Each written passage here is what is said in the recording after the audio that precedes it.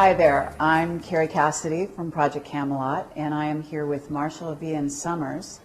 And this is a very impromptu interview done in a live setting because Marshall is up here in Estes Park, Colorado, and I happen to fly into Colorado as well to visit some friends this weekend. And I have a friend who's in attendance here who has sort of arranged this to happen, and we happen to be in the area, so I thought, you know, why not? And I am familiar with Marshall's work. I've read Allies of Humanity, I believe the first ebook, maybe even the second, I don't know. I read an ebook. You read an ebook, okay. And so I am familiar with a lot of that, and I approve of that message, let me say, because it does take into account some of the philosophies of Project Camelot in general, and I will allow Marshall to really go in depth on that subject. It's very exciting to be here. It's a beautiful setting here in the Rocky Mountains, and gorgeous day. I'm excited to meet you in person, and I'm very interested to hear what you have to say. And I will try to give you as little trouble as possible, but still make life interesting for the next hour. So, so hello, and please introduce yourself to the camera for the people that are not familiar with your work, if you wouldn't mind. Okay, well, my name is Marshall V. Summers, and I am presenting what I believe to be an important, what I call greater community awareness and understanding about the people of Earth and our presence in a greater community full of intelligent life, and what our emergence into that greater community will mean for us and can mean for us, both the opportunities and the hazards involved in perhaps the greatest event in human history. And my background really is more as a minister. I left my work as a special ed teacher for the blind about almost 40 years ago, began to teach inner guidance, had a personal revelation in 1982, which confronted me with the voice that had been counseling me both in my inner guidance work and as a special educator. And that had a tremendous impact on altering the course of my life. And since then I have been receiving a vast body of teachings and insight commentary called The New Message. It's a new message for humanity. And a big part of that has to do with our encounter with this greater community of intelligent life, because that has a lot to do with why we are all here in the world at this time. But we as terrestrial dwellers do not yet have the wisdom, or nor the perspective, nor the insight enough yet to be able to comprehend this greater community sufficiently so that we as the native peoples of the world do not make the kind of critical errors that the native peoples in the past have made regarding their first contacts with explorers from beyond. Okay, now just because I'm curious, and I think that the viewer will be as well, you say you had a voice that sort of changed your path come forward, and I assume this is sort of like a contact experience of some kind. Yes. And I'm wondering, could you describe the contact in a little more depth? Certain race of beings, et cetera, and is this an ongoing contact? Do you feel that you're communicating with your higher self, or do you feel that you are actually communicating with a group of beings that are a specific race of beings, for example? Okay. I consider the voice of the voice, the primary voice, to be an angelic voice. And it was this angelic voice that began to speak to me in my work with blind children. Because anyone who works with the handicapped has to be able to develop certain kinds of intuitive skills. You can't go by the book if you're really going to teach young people how to be independent livers or live independently. And so this voice grew in scope and power for me to such a point that it began to give me curricula to teach. And I taught that curriculum, and I also studied it. I also made myself the first student of my work always. And this built up to such a point that I had an epiphany of my own, because certainly that voice isn't here simply to make you feel comfortable or to make you happy, but to ask you to do something significant and to engage you in serving the world beyond what you had considered to be possible or even preferable before. So this voice experience has grown into a major aspect of my life and certainly the source of my work. And it was this voice that asked me to receive the Allies of Humanity briefings from a group of observers, off-planet observers, who were witnessing the extraterrestrial intervention in our world and wanted to provide us wisdom about that intervention to equip us and forearm us and forewarn us of what that could mean for us. We have a real disadvantage in encountering this greater community, and so the Allies of Humanity briefings are here to impart greater community knowledge and wisdom to us, so that we may have this contact experience from a position of power and authority and responsibility. But the angelic voice is the voice of the new message. It's the voice that has presented all of my writings, all of my recordings, and now is beginning to reach people in other countries and around the world. So it has been quite an inexplicable journey. So whenever anyone asks me about my life and how did you come into this, I'm always bewildered at how I'm going to answer such a thing. And I think you understand this, because anyone who is connected beneath the surface of the mind, what you could call the higher self or the deeper self, begins to live a much more inexplicable life. Mm-hmm. And I know many of your readers and viewers understand this and experience this, as do the people who are gathered here today. I guess I'm a little confused in terms of when you call it an angelic voice and you say the Allies of Humanity material that you were given. Yes. Did that come from the angelic voice, or did it come from another group that was then communicating to the angelic voice? Is there some kind of relationship here? Well, yes. The Allies of Humanity briefings are briefings from an extraterrestrial source. It's an authentic off-planet communication that I was asked to receive. And I should mention that when I was asked to receive this, I was very resistant to it. I just did not want to get involved in this arena called the extraterrestrial presence in the world. But before, in 1996, I was preparing Greater Community Spirituality, which is a very core book to the New Message teachings. And of course, it deals a great deal with the greater community, understanding God at the level of the greater community, understanding our association, our individual association with the universe full of intelligent life, what wisdom means there, the things that we do not yet understand in order to function there responsibly and effectively. And it was this voice that asked me to receive an off-planet source called the Allies of Humanity. And I finally relented, because after a while, I mean, freedom is no choice in that sense. And that began the briefings, the transmission of the briefings. The first set of briefings happened in 2 stages over the course of 1 year, and the second set of briefings all happened within about just a few days. And the third set of briefings, which has not yet been published, most of it was received in 1 day. And then last February, I received the final chapter to it. And there's a story behind the Allies which is pretty interesting, because they're really operating as spies here in service to us, because they represent free nations in our region of space. And freedom is rare in the universe, and particularly in our region of space. So we know from our worldly experience that free nations don't get along very well with unfree nations. And there's always a dissonance there and a difficulty.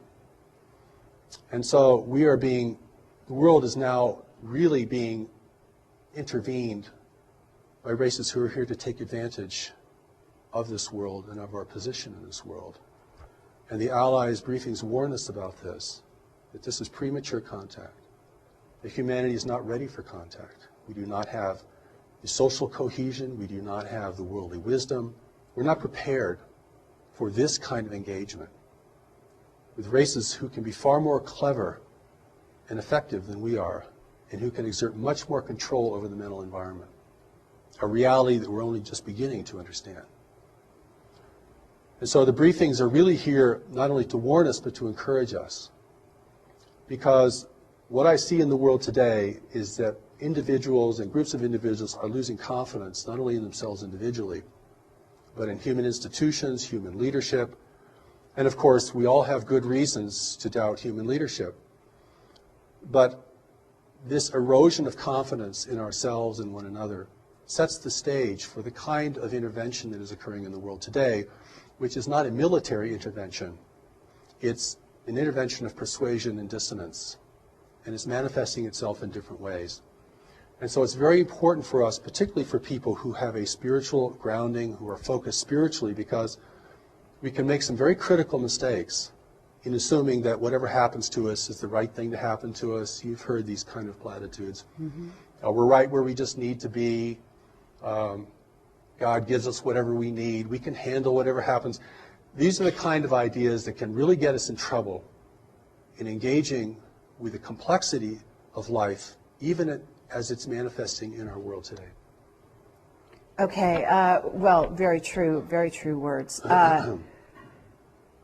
In terms of the way the briefings came to you, can you describe how they came to you, like literally the physical way they came to you, and whether or not you say they came sort of through this this particular race or a group of races, and I'm not sure which, and whether or not they manifested to you interdimensionally, physically, or whether you were, you saw them in, however it was for you. Okay, well, because a lot of people have different question. Experiences in that way when Certainly. they get telepathic information from other beings, other races, which may or may not be authentic, and coming from source and so on and so forth. So can you describe sort of the nuts and bolts of that, and then we'll get into the context of the certainly. material.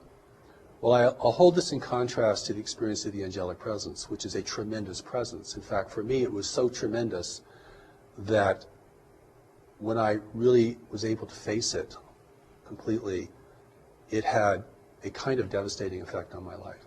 It wasn't a sweet and comforting kind of experience. It was more like being blasted by radiation, and it certainly created a shift in me. And so I hold that kind of experience, which is a tremendous experience presence, will fill the entire room.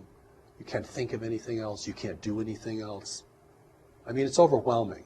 And if you have not learned to recognize what it is, you might think it is a terrible thing that's happening to you. You might be terrified of it. So I've had a long runway in preparing to receive this kind of presence and to receive this communication. But the Allies, I did not meet them personally. They've never visited the planet. They've never been on the planet. And they make it very clear that the real allies of humanity are not here and will not come. We can talk about why that is so from an ethical and practical standpoint. So my experience with the Allies was like hearing a voice on a very long distance call. No personality, no presence, something far, far away. Because they were far away. I mean, even positioned in our solar system discreetly as they were at the beginning, they were still very far away. And so this was a divine connection that is free of mechanical interference or interception. It is something we don't know how to create. I don't know if anyone knows how to create this. And so there could be no interference from the intervention itself and no interception. But for me, it was a very faint experience compared to the experience of the presence. So no dramatic meetings, didn't get on any spaceships, didn't travel around the galaxy. I didn't do anything like that. And yet the emphasis on my receiving this was so strong. And had that emphasis not been there, I'm sure I would have just dismissed it as an errant kind of experience or an annoyance. Or, no, I don't want to do that. But it proved to be very important, and I recorded it in my voice, and it was transcribed.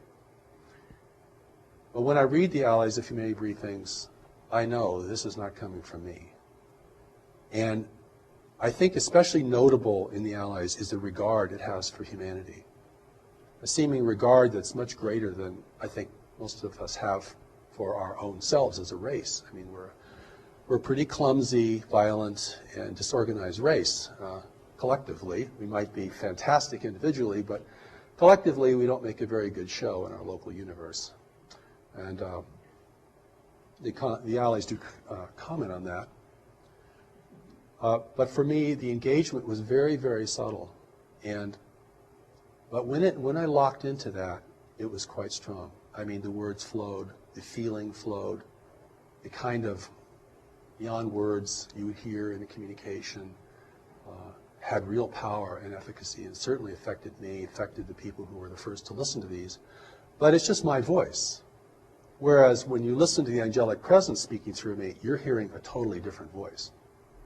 I mean, it has somewhat like my voice because it's using my body as a platform, but that's clearly not me. In fact, we listened to one of the recordings this morning in our conference, which we call the Encampment, and I listened to that voice and I thought, I wish I could talk like that. I really do, and I mean that. I've tried and I can't do it.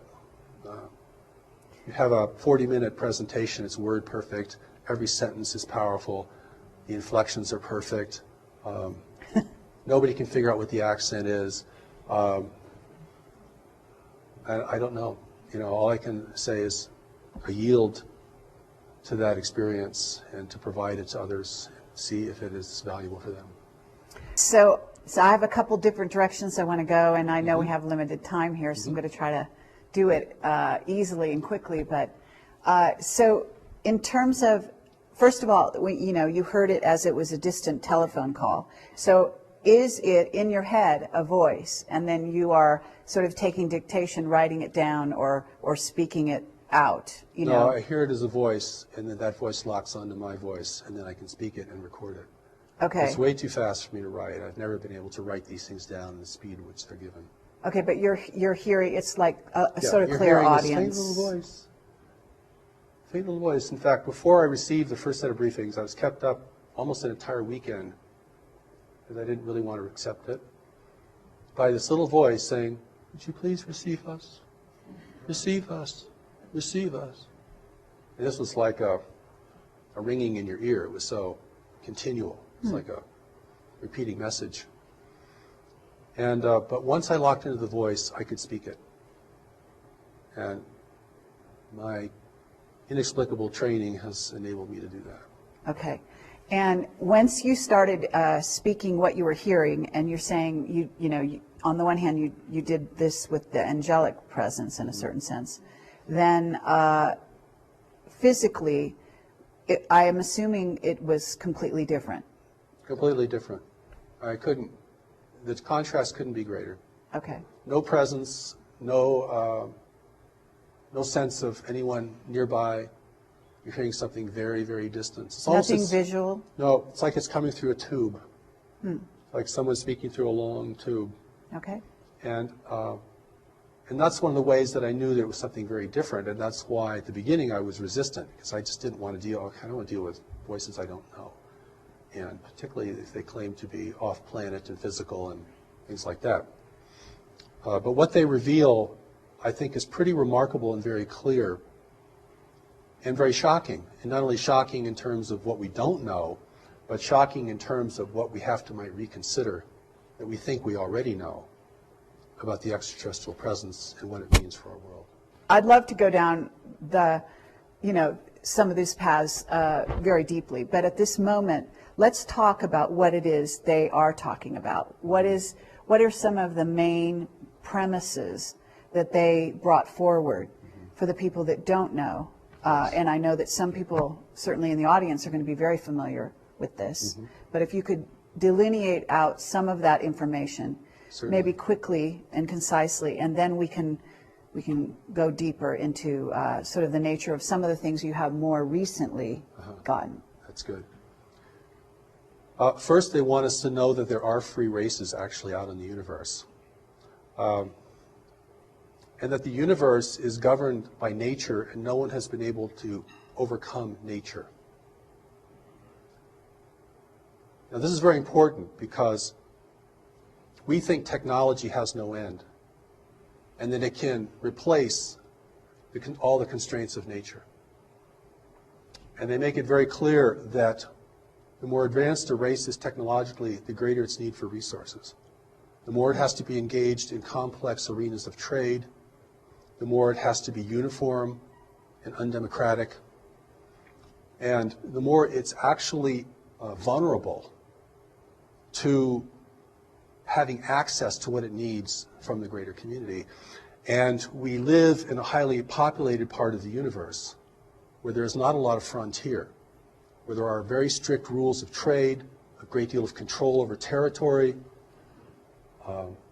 It's not the Wild West out there, free for our taking. And war has been suppressed in this region of space. Conquest is suppressed. So if you want to gain influence over another world, you have to do it through other means. And the other means have been cultivated to a very high degree. We're talking about persuasion and deception. Okay. And here we are, the native peoples of the world, thinking that we're in the center of the universe, that if anyone would come to visit us, they would come to help us, most naturally, because we are so important to the cosmos. And, you know, we, of course, want higher technology because we want power. And we have problems here we can't seem to deal with, global problems, resource depletion, climate change, political corruption, a growing dissonance between nations over who have access to the remaining resources of the world, just one example. And so we feel very needy of help. See what I'm saying? And so the Allies briefings make it very clear that those who are in the world today will present themselves as agents of change and beneficial change for humanity. The world cannot be militarily overtaken because it would destroy its value. None of the races visiting our world can live here because of the biological hazard. So they need human assistance. They need us to use the planet the way they want it used. And they'll even use all of our infrastructure. And the reason that this is new and not ancient is because only in the latter part of the 20th century have we created an infrastructure that foreign races can utilize. The native peoples couldn't do anything for them. Okay, well, what about the times of Atlantis? The world's been visited throughout its history. There have been attempts to colonize the planet. They've all failed because of the biological hazard. And biological hazard is a very big deal in the greater community, and we can certainly talk about that if we have any time. Mm-hmm. And I think the Allies' intention is to warn us that there are different races of beings here, but they're all part of an intervention. And there are competing groups here in the world. And they're multiracial. So we may see them in different forms, and they can certainly project forms. I don't mean that mysteriously, I mean that technologically. I mean, they can project images holographically into our environment.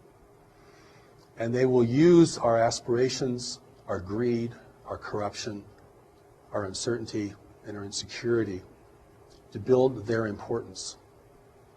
And certainly, even at this point, they have enough human representatives and apologists in the world that will promote their importance and the idea that humanity cannot make it on its own, that our leaders are incorrigible, their institutions are too flawed to be redeemed, and that we must have their health and their brilliance and even their spiritual enlightenment in order to redeem ourselves and to take care of our world in the way that we might aspire to. Excuse me. No problem. Well, that is clearly what they want to persuade us of. I understand. Now, what we don't understand is what constrains the intervention.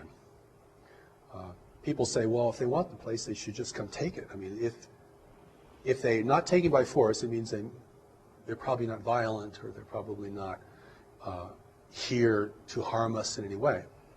But see, there's so many missing pieces to this puzzle that we can't add, that I think the briefings attempt to add in the most clearest and lucid manner possible. I mean, you know, your 10-year-old could read the Allies of Humanity and get it. Okay, so it doesn't require a highly sophisticated notion of dimensions or dimensionality or spiritual dimension or political astuteness in order to read the Allies briefings and realize what they're telling you. Is they're telling you you're facing a subtle invasion that is not here to destroy you, but to utilize you. And will use your strengths and your witnesses and your adaptability to this world, which they do not possess, in order to establish their own agenda here. Their agenda here being That they want resources. They want resources. That they also want to inhabit this world, it appears. They don't really want to inhabit it because they can't. All they can do that is through genetic manipulation. But even genetic manipulation is a very time-consuming and difficult task. And that's why the intervention has taken a very slow pathway. It just happens to be the most effective way to ingrain yourself in the consciousness, in the biological reality of another race. Okay, and at this point, you're talking, do you want to talk about the various races that are involved in this sort of covert invasion? Or, do you want to delineate out some of those races? Because obviously there are many, and we can't list all, 57 or more, because those are, some of our intel that tells us that at least 57 races, but quite possibly more. That's right. And do you want to, at least for the listener, because I know that you're using terminology just in your phrasing, that if people aren't quick and don't already have a background in this, they might actually have misunderstood what you said, because you'll say foreign, and they may think, well, we're in the United States, maybe he means France, and I just because I catch it because obviously I'm used to thinking along these lines, but what I'd like you to do is, we're talking about an invasionary force, because people are very sort of hyped up on the notion that, oh, maybe we'll be invaded sometime in the future. A lot of movies bring that possibility forward. Certainly. But the fact is, we've been invaded, and we're being invaded as we speak by all of these races that you're describing. And so let's name some names, if you don't mind, just briefly, before we move on. Well, first of all, there are no names given in the Allies briefings. They do not describe where they're from because they want to protect their free Yes, worlds. I noticed that. They also do not describe in names the races who are here because it would be meaningless to us, or it could certainly generate a lot of fantasy and speculation. What is important to us is to know that those in our world today are resource explorers, and they are working beneath the rules or around the rules of engagement that are established in our region of space in order to have access to our world.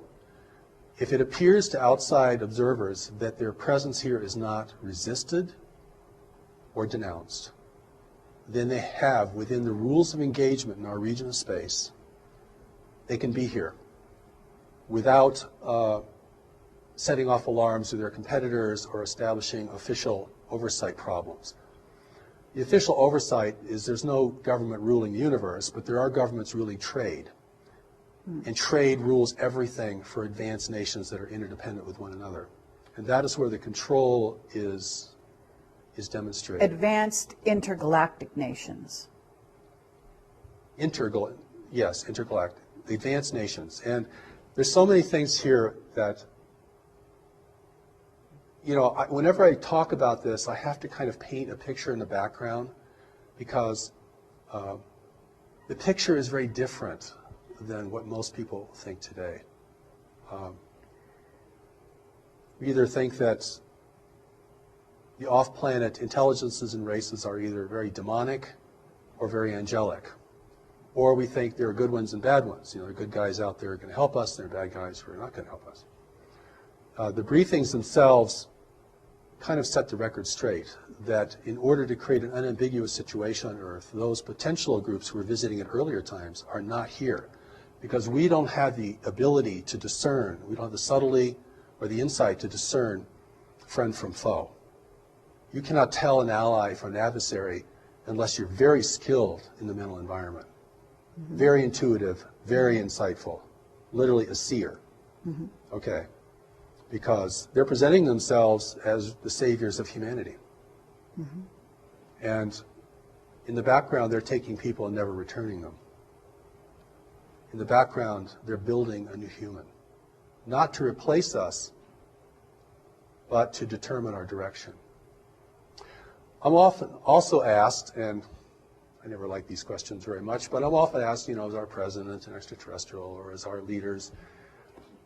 I think the thing to understand here because I've had an opportunity, both through the Allies briefings and through the greater community teachings of the new message, which go way, way beyond the Allies themselves, is that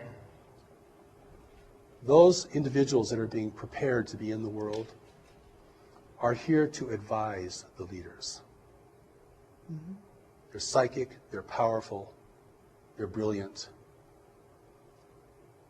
You can recognize them if you have the eyes to see, but most people will not recognize them. Mm-hmm. They're not in positions of leadership, they're unaccountable to the public, you'll rarely see them on camera. This is how an intelligent race gains ability and influence and control without the people knowing it. Certainly, because they don't realize they have somebody to rebel against. That's right. They think that they are in alignment, mm-hmm. at least those that are following that particular right. person or group.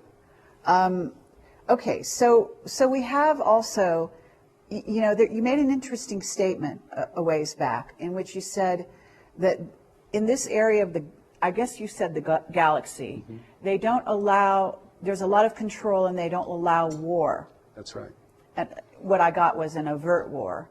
And I wish you could talk about that a little more, because that's an interesting statement. And, you know, understanding in when I'm talking to you is what I have is a body of knowledge that comes not only from my own intuitive information, but also from the contacts, the whistleblowers, and the people that are feeding me information behind the scenes. So I have gotten some descriptions that dovetail, if you will, some of the things that you're saying. And, you know, too strong a way to put it would be evidence. But I certainly have witness testimony that would maybe substantiate some of the things you're saying. So what I'm trying to do is find out whether or not they reveal themselves or they reveal more about this picture. So when you say that there's control in this area of the galaxy, who's in control? And if there's no war, in a sense, we know there's a war. Certainly there's a war spiritually. Oh, very much so. And so, but there are ways that this so-called war manifests, and it sounds like there's limitations in the way the war can manifest in this area of the galaxy. Limitations is a good word. Large nations, if they become involved in networks of trade, have great influence over each other. And it's a very competitive environment. The universe, our universe that we're going to have to deal with, isn't a big frontier with a bunch of uninhabited Earths out there that we can go migrate to when we've just completely used up this one. I mean, and this reality is a very competitive reality. And so the skill in mental environment, the skill in persuasion, the skill of seers, the skill of things that we might hold to be very spiritual but now have been used or are used in a very mundane and even invasive way are used a great deal. I mean, once the rules are established, everyone figures out a way to get around them or to skirt them or to operate within them effectively. And of course, we're like the young child that goes into the big city. No, we don't know anything about the social reality, the political reality of that metropolis. And it's our naivete and our innocence that makes us probably endearing. I think you get this sense of endearment when you read the Allies briefs. They really think we're very sweet, actually. But they also indicate that, you know, some things we don't know that could destroy us. Mm-hmm. And not having any idea of what the reality is beyond our solar system is a tremendous disadvantage. So those forces in the world today are not, you know, operating in a military sense, but they're infusing themselves into the hierarchies of religion, government, and probably even more specifically or more greatly in commerce. Okay, but we do have war on this planet, mm-hmm. and it is orchestrated, even from behind the scenes, by these so-called persuasive contacts or entities or races, as you call them.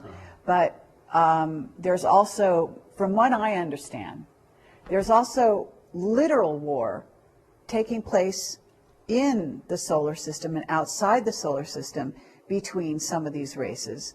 And yet you're saying there are limitations. So I guess what I'm curious about is not so much what's allowed on Earth, although certainly that's part of the question, but what is allowed in, let's say, what's allowed in our solar system? Because I've gotten information as to certain groups that are actually maintaining what might call, what they call outposts on the edges of our solar system that either allow some craft in or don't allow some craft in. In other words, kind of maintaining trade routes, if you will. Well, there's supply routes for those who are here, and this is the complexity that gets really difficult because different nations have been contacted by different groups. And certainly I'll say a few things that might shed some light on this. One is, if you want to gain ascendancy in the world and have your presence be the most trusted presence, then you have to weaken the strongest nations.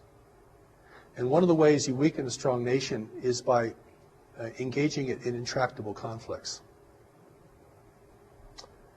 And then begin to erode the confidence of its people in that nation. This is very much about persuasion and acceptance, okay? I make this emphasis about war because our whole orientation to space is war.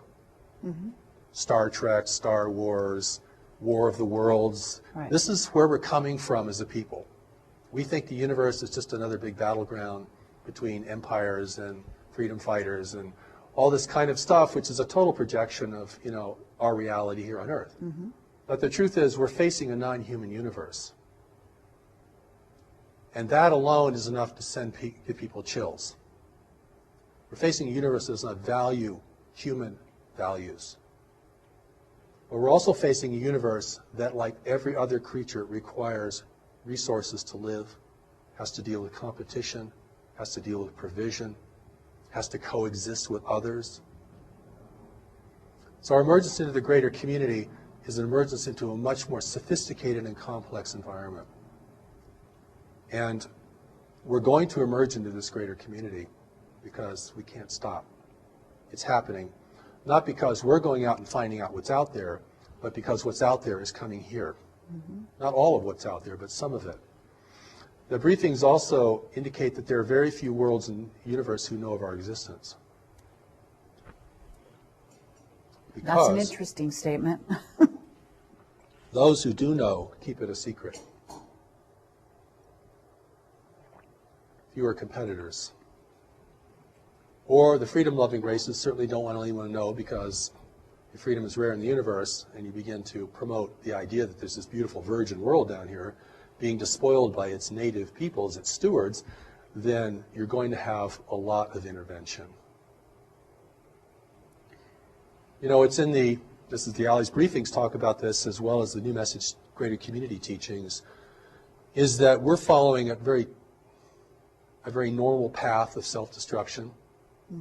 That most races that become technologically endowed begin to outstrip their world's resources and are usually engaged in the greater community not because of their explorations, but because the greater community arrives, offering gifts with its secret plans. And that's how the inducement, that is the inducement.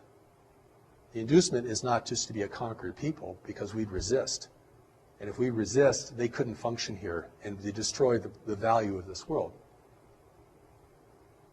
But if we can submit, and if our desires and our ambitions can be enticed, then that's the best weapon there is to make the enemy drop their weapons and join you according to the engagement that you present. Okay, so on a certain level, what you're talking about, because as above, so below. So there's a certain level at which I can use certain phrases like being co-opted. So if I'm here on Earth and I have a corporation and I co-opt the opposition by bringing them on board to my agenda, or even a portion of my agenda, and not tell them about my hidden agenda, then I'm co-opting them because they're, if I'm Coca-Cola, I get them to, to drink my Coke and maybe make a great deal with them. And if they're a lesser power, a lesser powerhouse corporate speaking in the world, then they come on board and they think, oh, they got lots of bells and whistles and they get to be my so-called friend. But in reality, that's not really what's going on there, right? That's right. I'm Coca-Cola and I'm going into Africa and giving them Coke, free Coke, even whatever. I give a lot of things away, right, initially. Sure. And then they become my friends, and then they let me in and they let me buy land, they let me build corporations, build, That's right. and then pretty soon I'm employing them, but pretty soon I'm also ruling them because I'm employing them. That's right. And so on and so forth. So by the same token, if we go off planet, a similar thing is going on. We bring in, they bring in the bells and whistles, which are free energy, technology to go off planet. Mm-hmm. The idea of terraforming other planets is very appealing to a race that is despoiling their own planet, right? Certainly. So there we have techniques to go off planet, to make going off planet more easy, and also to inspire them to possibly go to other worlds where they can then create a safe place, especially under the juncture of where we are now at, where this world is not only on a precarious road in terms of being spoiled by technology, but also by our misuse of technology, but also by earth changes that are imminent and beginning to happen. So that in that scenario, and then some of our black projects have what is called, Project Looking Glass, and they have future technologies that can see the future, or potential futures that have more potential of happening than other potential futures, and then that gives them the upper hand. Certain countries on this planet, the upper hand, so they can conduct businesses in a certain way to go in alignment with a positive agenda towards the future that looks like it's more likely going to happen anyway. So they're planning for for a certain scenario, and the scenario involves earth changes on the one hand, it involves rolling out a sort of population elimination agenda on another, and then also sort of this resources trading establishments with various races off planet, to where these alliances have been made and built and kept up with the promise of greater benefits for the future, whether it be China's dealing with one race and told they're going to get benefits in the future of this, that, and the other, and ultimately they'll be the new rulers of this earth if they do play ball. And then you get the United States, who's had alliances with various other groups for a while, who has been told the same thing. And then you pit the two countries against each other so that they're always in a little bit diminished state, or a state of sort of semi-hysteria, or at least their militaries are, and so on and so forth. So it's easy to causing dissension in a playground between two bullies. If you get the bullies fighting with each other, they're not going to really be watching what you're doing anyway, and you're over here sort of taking their gold and telling them, it's a good thing for you because you're going to back them in the future and all that kind of thing, right? I think you begin to get the gist. This is very, it's a Sorry very, for very that. well, no, but it's very well said. And we're, even today, even in the world even without an extraterrestrial presence here, we're starting to learn about the power of influence. This is not, in most places in the world, this is not gunboat diplomacy anymore. This is about dependence. A nation becomes dependent upon what you purchase from them or provide them, then without changing their flag or their language, you begin to determine the course of their destiny. Mm-hmm. You don't really want to occupy them because that is way too expensive and difficult. You don't want them to resist you because that's way too difficult.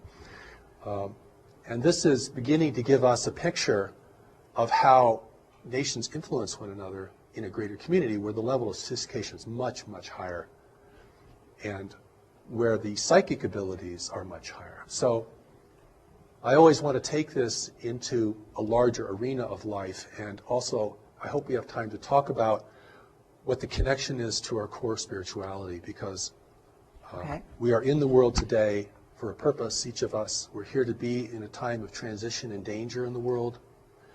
The greater community, certainly many people feel connected to it anyway for reasons that they probably can't explain very well. and it's certainly going to be part of our collective and individual destiny. The fact that it's still, barred from the social discourse doesn't diminish the fact that it's centrally important to our future and to what kind of world we're going to have. But it's very muddy water, and even the truth has been so sullied. I gave a presentation in Denver about 10 years ago to a group there, and a young man came out and he said to me afterwards, he said, there hasn't been anything clean about the extraterrestrial presence for 25 years. And so, we have to look now at what our relationship with this greater community is, our relationship with this intervention. I mean, not the whole universe is intervening here. I mean, we're just part of a larger environment, and we've come of age. Mm-hmm. We've reached puberty technologically, okay? We're now subject to greater interests, and we're also destroying the planet, the wealth of the planet, the wealth that others would value. It's biological wealth. When I say resources, I'm not talking about, coal seams. I'm not talking about the kinds of things that we think are really important. I'm talking about biological elements in a universe of barren worlds. I'm talking about blood, talking about plasma, talking about cellulose. I'm talking about the building blocks of life. This is precious stuff. The recent Allies briefings say, you have no idea how important a tree is. So it's really important for us to begin to get a more greater community perspective, if that's possible, than simply projecting all of our values out onto space, which will never really inform us of what we're dealing with. And that's what I think the Allies briefings, the greater community teachings of the new message, give us an opportunity to step out of this and to see the universe in a more prosaic manner, not a multidimensional, not in a way that, is extremely subtle, but in a way that's manifest, because we have to deal with the manifest reality before we can deal with the subtle reality. If we're running out of money, or if we've got a tumor in our side, right, or if we've just lost our house, that's a lot more important than our meditation practice for that day. And so it's the manifest reality we have to begin to get a handle on. And that's not as complex, I don't feel as complex, or as mystical, because this is level confusion. Level confusion is a real problem here, because there are different levels, and the levels present different kinds of things to us. But if we miss the fundamental level, that we're the native peoples of the world, encountering resource explorers that we know nothing about, whose intentions are never revealed, whose activities are surreptitious, whose impact upon people is generally destructive and manipulative, then we have to deal with it at that level primarily if we're going to be a free race in the future. If we can't deal with it at that level, if we get lost in the dimensionality of this whole phenomenon, which is big, we're going to sell the world away or give it away. And we're going to do that. It won't be taken from us. Okay. That's the difference. You see, this is where human responsibility or ability to respond becomes critical. And in the New Message teachings, one of the important things about greater community spirituality, spirituality of the universe, is this reality of knowledge.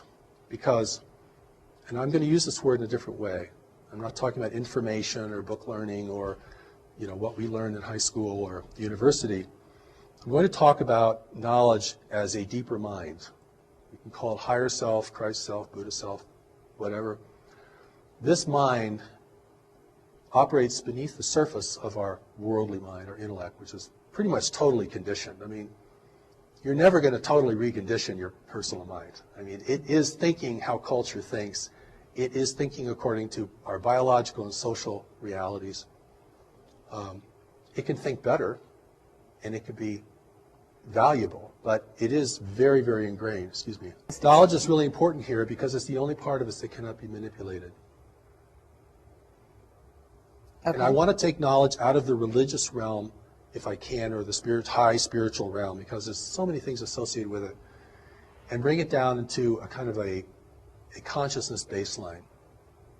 This is the well of what you know and can know, and your ability to know. Mm-hmm. This is the part of you that's still connected to God. Not the part of you that's living a soul journeying through manifest reality. This is the part of you that didn't leave, that isn't journeying through manifest reality, or it's going with you, but it's not on that journey. This is the only part of us that cannot be manipulated by any worldly, extraterrestrial, interdimensional, anything. And this is important because this is the source of our strength and our integrity and our ability to see. If that does not become the emphasis of an evolving humanity, then we will be seduced en masse. And we'll be seduced in a way we never thought we'd be seduced. And how we'll be seduced is being offered what we want, which is the most deceptive form of seduction there is. Beauty, wealth, and power is part of that, certainly.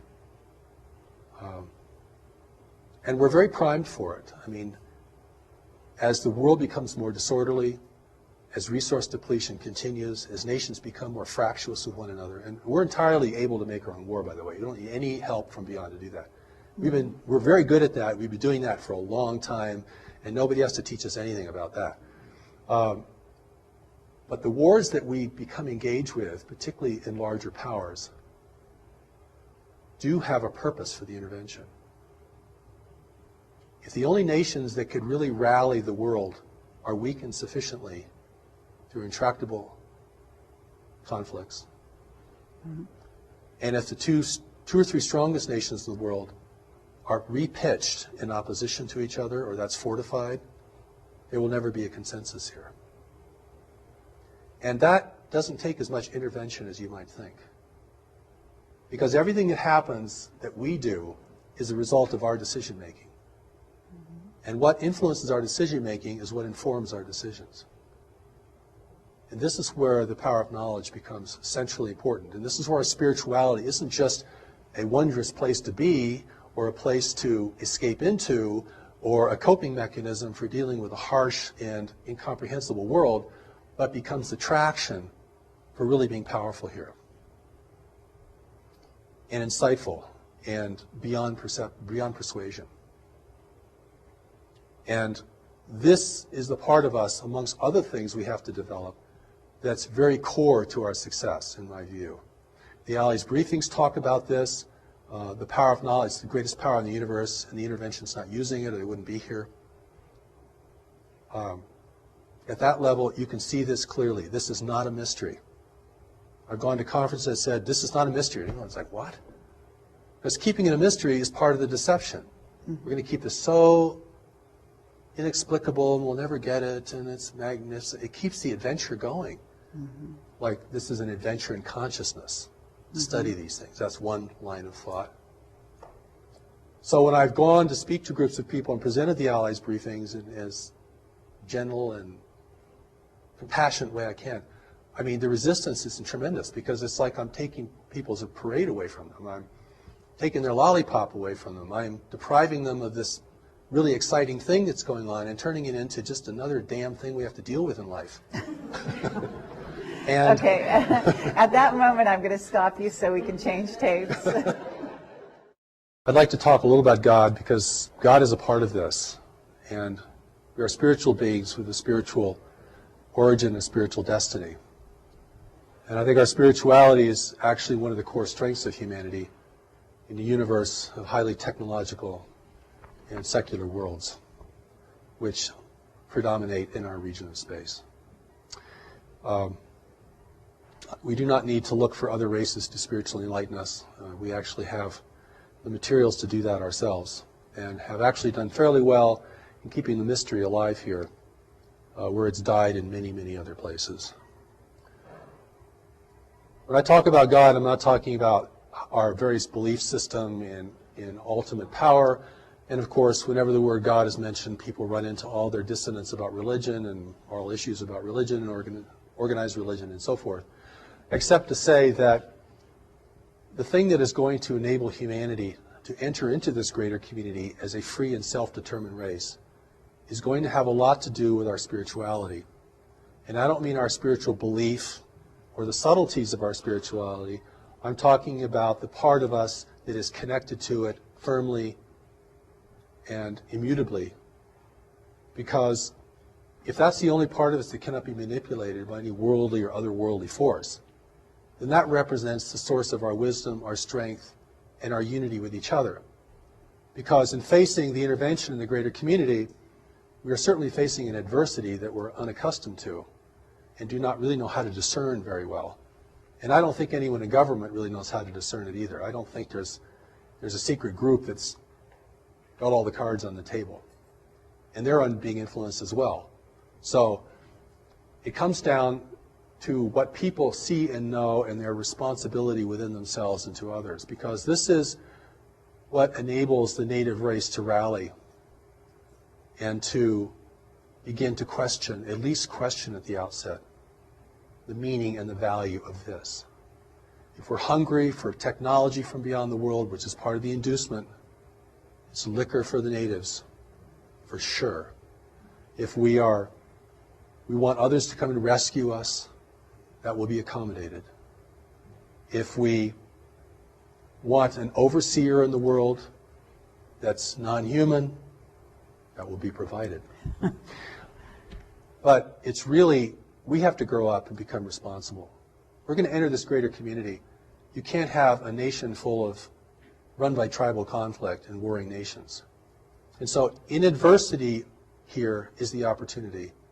And the opportunity is the intervention and the breakdown of environmental stability in the world are the two things that can prompt humanity to unite in its own defense. It has to be that powerful to overcome our attitudes, our beliefs, our history between nations, the contention between religions, all the things that fracture us and are fracturing us further and further and further, most of which we're doing on our own. The intervention can step back and just let us degrade ourselves down. They'll help us do that in certain ways. But I mean, we're doing a pretty good job, even if we didn't get any assistance. The opportunity here is really that humanity has to unite to be in the greater community. There are three requirements for freedom in the universe: self-sufficiency, unity, and discretion.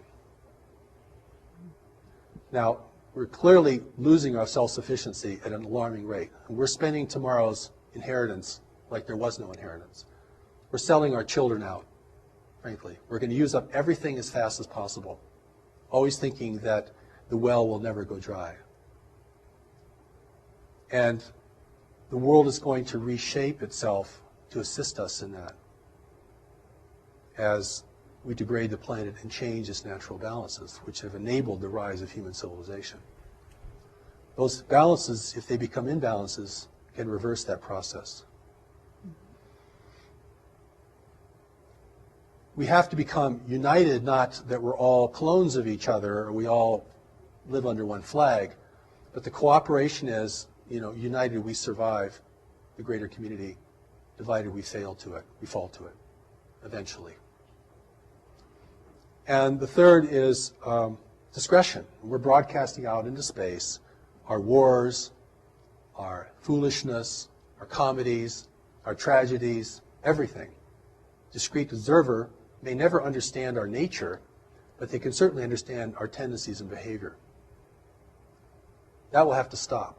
Free nations do not broadcast, except to each other in ways that are very safely encoded. The price of freedom in the universe is unity, self-sufficiency, and discretion. If we require other nations to provide our core resources here, human freedom will be lost. I don't care what your political persuasion is, what country you come from, what your religious belief is, what inner voices you listen to. That's the name of the game. Okay. That's very interesting. I'm not sure, the last one, discretion, I would say discernment, but in a certain sense, I think you're using it as a more active verb. Yeah, that's right. I would include discernment in that, but certainly Right. Discernment has to lead to discretion. Right. Yes. So it's sort of the outside, the last point of station before action or as part of action. But So what you're saying, though, is very interesting in the sense that, you know, and I don't want to make light of it, but, you know, the Ronald Reagan saying of, you know, at some point that if we had a common enemy, that would, in theory, unite us. Now, I'm not sure that he meant it in quite the same way you do. Yes. And I think that people listening to this who are skeptics and who may be less sort of willing to accept any of your message might sort of look at that statement in that way. So is there a way that you can address that in the sense that if you were talking to the people that sort of love to go off on that Ronald Reagan quote, Right. Yes. What would you say? Well, I first would say that people are terrified of human unity. I mean, I've spoken to conspiracy groups before, and, you know, human unity is just a big flag. It's a red flag. When I talk about unity, I'm talking about responsible management of the planet and cessation of human conflict. Not just purely for moral or ethical reasons, but for really practical reasons. I mean, we're going to have to protect the arable land of the world. We're going to have to protect fresh water and renew fresh water. We're going to have to do all this stuff, or we are, you know, we're not going to have a future, or not a desirable one, certainly. And that is part of the reason the intervention's here. The other part of the reason the intervention's here is we're at the threshold of becoming technologically powerful enough to discern it effectively and to communicate out into space that we don't want anyone messing with us. Stay away, please. We're not ready. We'll let you know when we're ready. That's why the real allies of humanity, or races that could become the allies of humanity, are not interfering in the world today, because it's highly unethical for them to do that. Even if they wanted to help us grow and become peaceful and peace-loving, they would have to control us to do that. Or they would just send their wisdom, like in the Allies briefing. They just send their wisdom.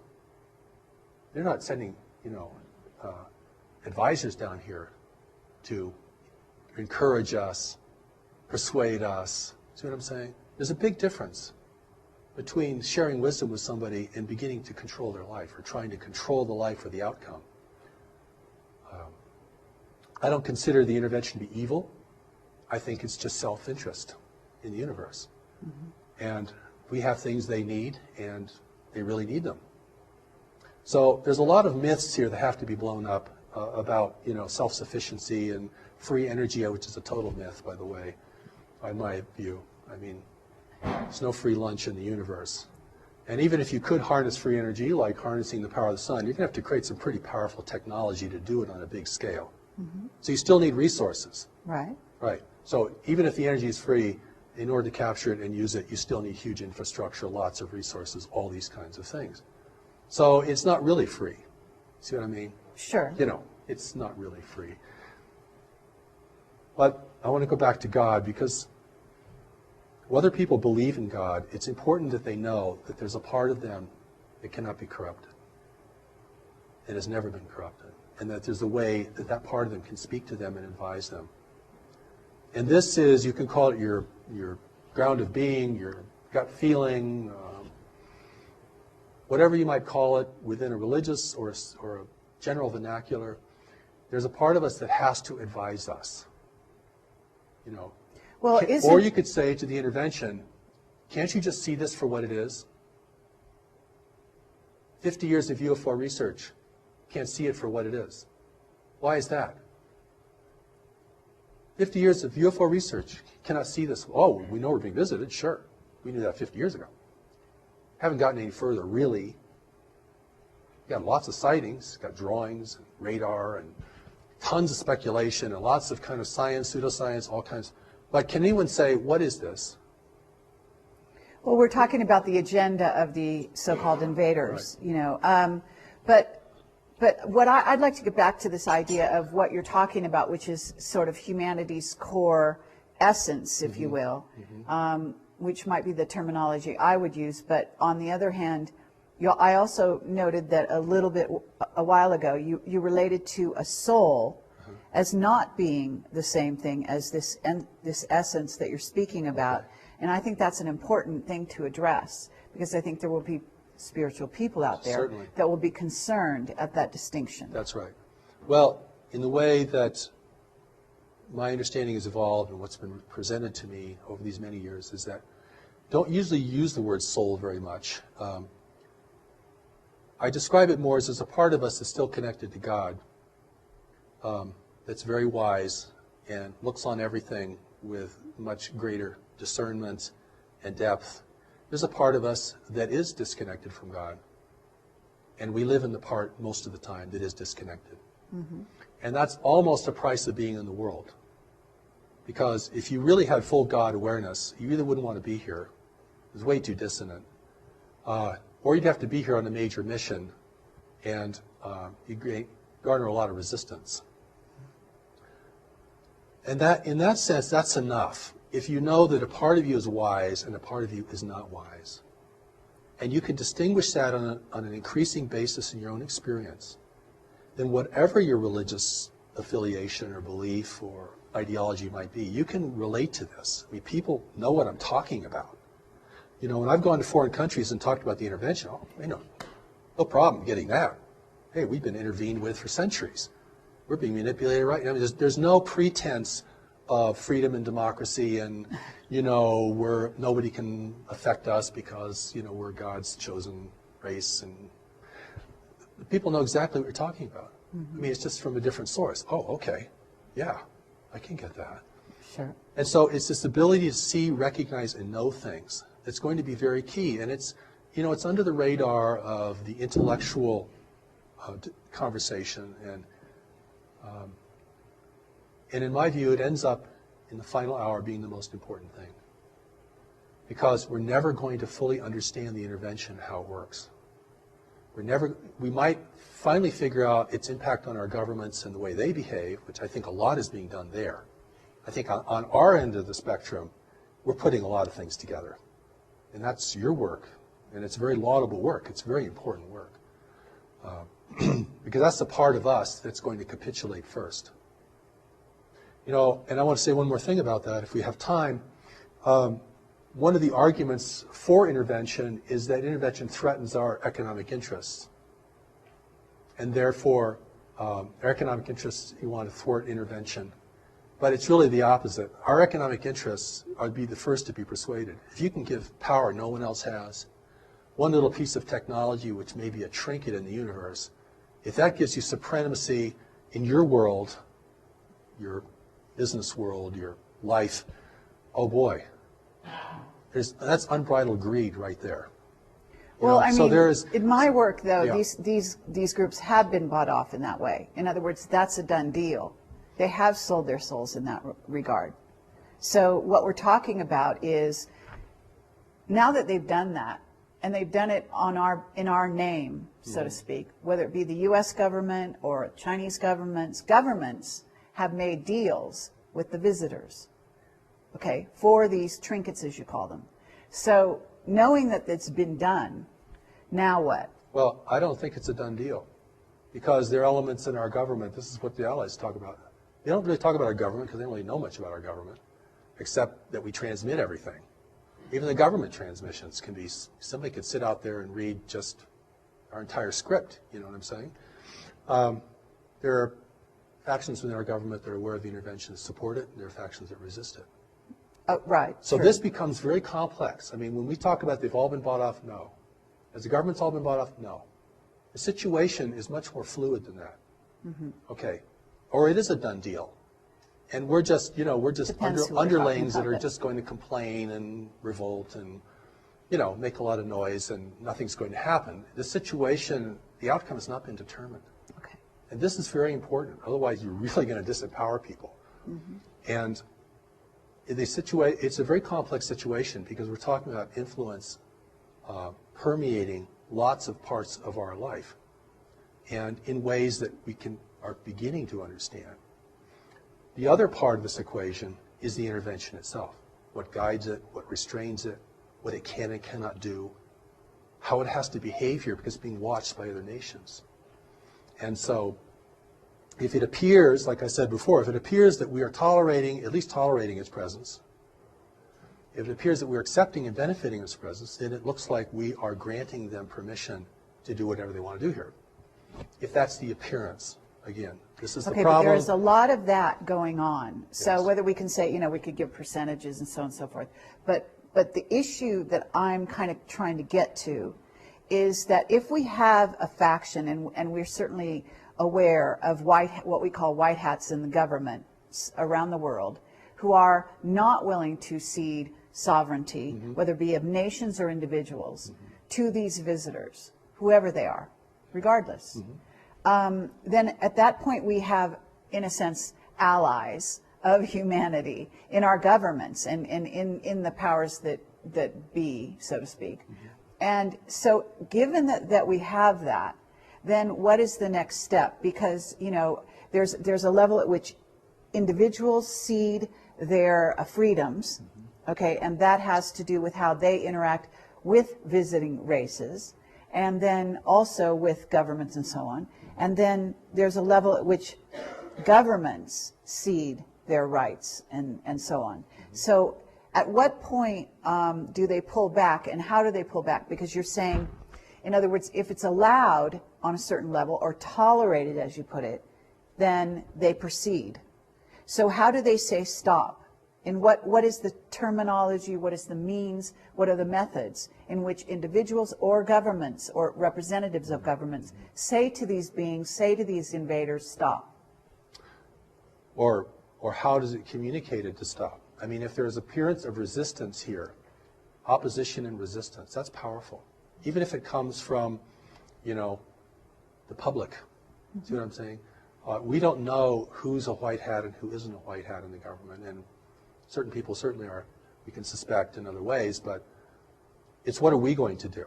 Right. What are you going to do? In your position, you have influence and can present many things to many people. What can I do? What can the people in this room do? What can anybody do? I mean, the first thing I think we have to do is begin to recognize this reality is occurring, and we have a responsibility to deal with it. If we think it's all going to be our government that's going to negotiate the outcome, we've already seceded our personal responsibility, regardless of the makeup of the government. I mean, the government may be more diluted than we are, and much more influenced. That's very likely. And so, My view, but and that is, it's really, this is a real power to the people kind of message, you see. And I mean, even if you broadcast on shortwave out in the universe, you know, we don't want intervention. We don't welcome intervention. You know, anything, any demonstration of resistance. You know, I've been invited to speak at conferences, and I'll go to these conferences. I'm the only person who questions the extraterrestrial motivation. Everyone else is completely sold on this. It's groovy, at least some of them are good. And we're going to get into this because this is really exciting, and boy, we're going to get so much good stuff from these people. But we know as human beings that if you want something from someone, you can never discern them. You want something from the intervention, you've already given your power away. You're going to be blind because of what you want. sure. Or what you think you need, or what you think only they can give you. And what can they give us? They're not going to give us real technology. We turn into weaponry and probably, destroy the infrastructure of the world. They're not going to give us spiritual wisdom, or we wouldn't want intervention. They're not going to give us, high integrity, because if we had high integrity, we'd realize we're being messed with and we want everyone out of here. You all go home, please. We're not ready for you. We'll let you know when we're ready. When we establish our own rules of engagement in this planet and our own ethics of contact, then we will see who amongst we want to communicate with. That's become a position of power and authority. Listen, the Japanese kept the Europeans out for 200 years. And how they did it was they burned every ship that entered their region. Not very nice. But the message got pretty clear. And after a while, the ships stopped coming, right? So, if the Native Americans had done that in the United States, we might have a different nation today. White people would be the minority. At a certain place, someone could say to you that if we are where you say we are, what if I said to you that we are ready? Okay. What if I said to you that the information that I've gotten as Project Camelot is that consciousness on the planet is higher than is given credit for. Going along the lines which you even are saying, which the Allied briefings, as you call them, say, and this is something I talk about when I go out and speak to groups, which is the amazing powers that reside in humanity that we don't give ourselves credit for. Yes. The amazing riches and skills and gifts that each and every person bring to the equation here on Earth. And that actually even superpowers are within our grasp. In other words, that this human encasement, whatever you want to call it, is perfectly conceivable for us because of our amazing potential genetically, as a genetic library, have all the skills embedded in our DNA that all the races that visit here have. In other words, they don't have something that we lack. We do have access to those things within ourselves. It's just that we don't know it. We don't develop it. But at this moment, I also think we are on the verge of, if you want to call it, I would not say, as Jack Nicholson says, you can't handle the truth. Actually, I say we can. And actually, speaking for this, humanity here, I say there is a huge contingent, in my view. They write to us every day. Now, maybe I'm overly optimistic, but I feel that consciousness is at a place where they are ready.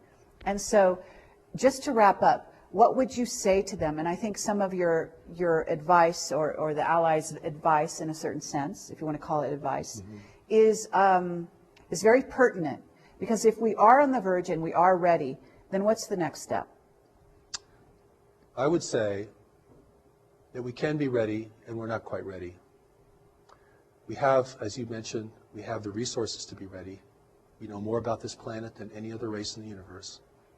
We're the only race in the universe who could survive here successfully without a great deal of adaptation. We know more about our nature than any other race in the universe. We know more about our history and our tendencies than anyone else in the universe. And that if other nations want to help us, they should share us their wisdom about what life is really like and the pitfalls and dangers of functioning in a greater community. So my emphasis through all of my work is to empower people to be strong, effective, and compassionate. But we're going to need strength. I put that first, because you can't be messing around in the face of the greater community. This is big time life. And we're still in a very adolescent phase collectively as a race. I mean, we're still very indulgent and foolish, and we're not responsible to the future. We're not saving resources for the third generation out. I mean, we're using up everything. So I think the change in that is a change, not just a change of understanding, but a change of heart, to realize we are the stewards of this planet. If we want to continue to be the stewards of this planet, individually we're going to have to learn some new things. And we're going to have to become really strong and honest and effective in our lives. And this is about individuals now. This is not about going to change the government. I think that's pretty hopeless as the first step. We're not going to get them to divulge their information, because if they ever do, it probably wouldn't be whole or complete anyway.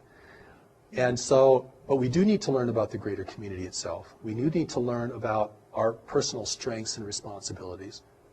We certainly all have to get our own house in order, personally, individually. And that's kind of that's a great starting place, of course. But, humanity can never give up. And the intervention is either here to win us over or discourage us from resisting. That's the power of persuasion. And I look around, I see, many people are on a downward spiral. They're losing heart, they're losing faith, they don't know how to handle their life. They're getting very discouraged by what they see in the world around them.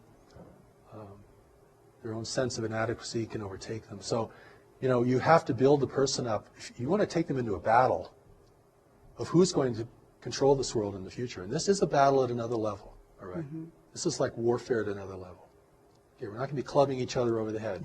But we are going to be determining, what has power and meaning in the world. And that's why, in my work, we present the Steps to Knowledge. It's available online. You can go read the Allies of Humanity at alliesofhumanity.org. Go to newmessage.org and study Steps to Knowledge. Putting tremendous things available so we can reach people not only in the Western nations, but all around the world. And something like 60% of the planet has access to cell phones now. You know, it's amazing. And so that education orientation has to happen, because no one on earth is going to win if an intervention is successful here. There are no winners amongst us. The profiteers will be subjugated just like the rest of us in a controlled world. And, you know, we're rich or poor, whatever our race, nationality, you know, we're in this together. This is our world. And we're going to have to really re-earn the right to have it be our world. We have to clean it up. We're going to have to build kind of networks of cooperation even just to do that. So I'm talking about something very expansive, very complex, but the incentive has to be there. And the incentive isn't just for wonderful things. The incentive is also the fear of failure, because we can fail. And there's nothing wrong with being aware of that. We don't have to be terrified of the world to be aware of that. That's just a reality that we know we can fail. And if we understand that correctly without denigrating ourselves, then we know we have the power to rise to occasions. And certainly there could be no greater occasion than this. Thank you. Thank you, Marshall V. and Summers. And I really appreciate it. What I'd like you to do is just give out perhaps your URL for the people listening, and any attending knowledge that they need in order to find your work and to pursue it further. Good, thank you for that. The Allies of Humanity Briefings are at alliesofhumanity.org. We're a nonprofit organization. And the first Allies set of briefings is up there for everyone to read. It's also available in ebook now. And the second Allies briefing is in print. The third Allies briefing we hope to publish next year. One of the seminal works on the greater community for us is called Life in the Universe, which we plan to publish next year through New Knowledge Library. And we'll send out announcements and so forth. Our main website is newmessage.org, and there you can see much of the New Message teaching is available online, both in audio, the original voice of Revelation, what people can hear. That's the voice that spoke to me, that was recorded, and you can hear that. As well as, we made a tremendous amount of things available to people, as well as elements for study and application, greater community education, all these kinds of things. We really want people to have access to this, and we welcome your participation. There is the Declaration of Human Sovereignty, which is a document modeled after the Declaration of Independence. It's kind of a statement indicating to the universe our will as the people of Earth, our rights. We establish our rights. We establish the fact that we are being interfered with, and we do not hold that to be appropriate, and the kind of engagement we would like to have with other nations who are interested in us. And that's a very powerful document, and I think, you know, there's already minds working on this. This is, you know, we may think we're alone, we have a small group, or maybe we're all alone as an individual, and we're trying to put all this together, but there is a groundswell around this, and there is a greater community awareness that's growing. And that awareness really has to be wise and efficacious, and that's why I invite people to explore these materials. And thank you again. Okay, well, thank you very much. Now, I'm going to ask you one question that's going to open a whole can of worms, but I'm going to do it anyway right at the end, sort of a addendum, because I realize that if I don't ask you, people are going to say, oh my God, you didn't deal with this subject. So, Earth changes, and you have a video out that's fairly recent that I saw. I'm not sure if I saw the whole thing. I saw part of it. And you're addressing some of the imminent Earth changes that are going to be happening, and specifically you were addressing even this fall. And so this is a timely interview. We're dealing with some possibly imminent Earth changes as I speak. Today is September 11th, 2011. Sort of an auspicious day, perhaps, by some people's estimation. There's potentially Elenin, there's potentially Nibiru and or the brown dwarf incoming to our solar system. Not sure where you stand on those topics. But basically, what can you say briefly with honoring the fact that you do have it, you know, have some issues with the length we've been going and so on. Just briefly, could you address what you think might be imminent and why? Well, I'll deal with the prosaic first, and the things that we can all touch upon is the fact that food, water, and energy are declining resources in the world, and will be increasingly so. And those things, which seem the most ordinary kinds of things, may in the end prove the most difficult for us. Certainly, earthquake activity is increasing. Volcanic activity seems to be increasing, from my understanding. And but I think the thing that's going to create tension between nations and in communities and within our own personal lives is going to be really the fundamentals. And the fact that when you look out on these beautiful mountains here, and I don't know if your camera can take any of that in, you're going to look at a dying forest. That's a dying forest out there, beginning to die. Mm-hmm. That's because the planetary climate has changed only 1 degree Fahrenheit. That is enough to unleash forces that I'm not sure anyone could foresee. Maybe if people did foresee that in the western United States alone, we've lost 40 million acres of trees from a very slight variation in our climate alone. That and the availability of water, clean water, the growing aridity of the world, particularly in highly populated areas such as Africa, the Sahel, the Middle East, Southeast Asia is having a critical water problem. These are earth changes that these are big things. This is a 4-alarm fire, actually. The other background things of increasing volcanic or seismic activity is going to have its impact as well. And I know there are other people who feel there are celestial forces that are increasing the frequency or the pitch of this, and I do not want to comment on that. I don't feel I really know enough about that to comment on that respectfully. But clearly, the pitch of the world, the intensity of things is escalating. Mm-hmm. And even if you come to a beautiful place like in the Rocky Mountains here, you can feel that escalation. I mean, young people are committing suicide and capitulating into drugs like never before. I mean, this isn't just uplifting people.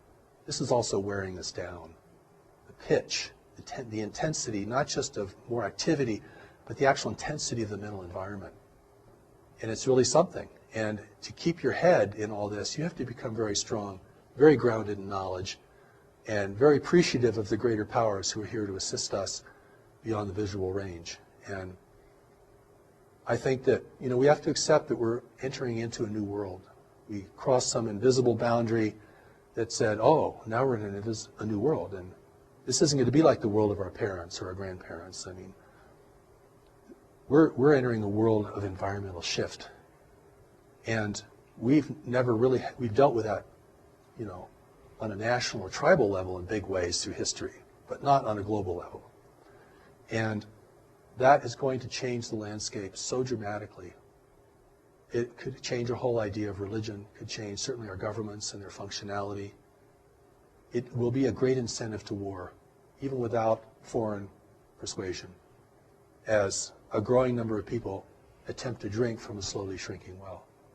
And the only way that you can prevent chaos and decline is by a growing sense of unity and compassion and the awareness that we're in this lifeboat together, this lifeboat called Earth. Thank you. Thank you.